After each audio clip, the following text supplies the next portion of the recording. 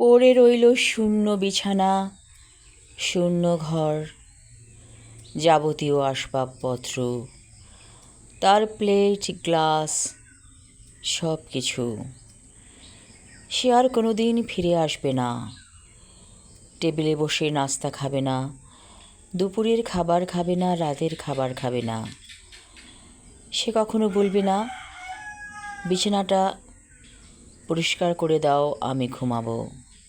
সে কখনো বলবে না, মা খেতে আসো। সে তার সন্তানদেরকে আর কখনো ডাকবে না। সে চলে গেছে ঘুমের দেশে, যে ঘুমের দেশে আমরা সবাই যাব একদিন, কেউ আগে কেউ পরে। সে চলে গেছে চিরতরে। সে বেঁচে ছিল, তবুও তো ছিল, কষ্ট হোক অসুখ হোক, তবুও ছিল একটা মানুষ, একটা প্রাণ।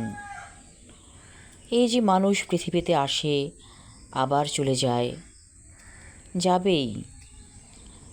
সে এসেছিল, আবার চলেও গেছে। সে যখন আসে পৃথিবীতে সবাই খুশি হয়।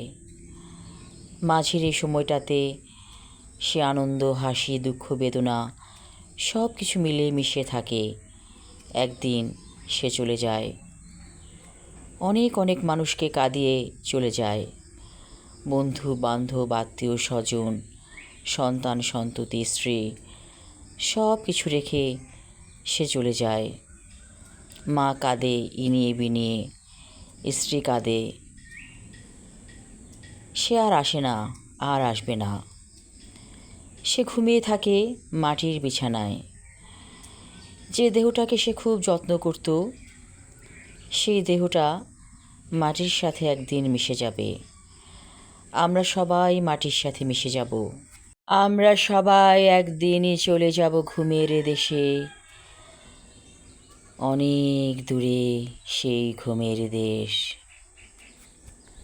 আমি আমার লেখা কবিতা ঘুমের দেশে পড়লাম। ধন্যবাদ।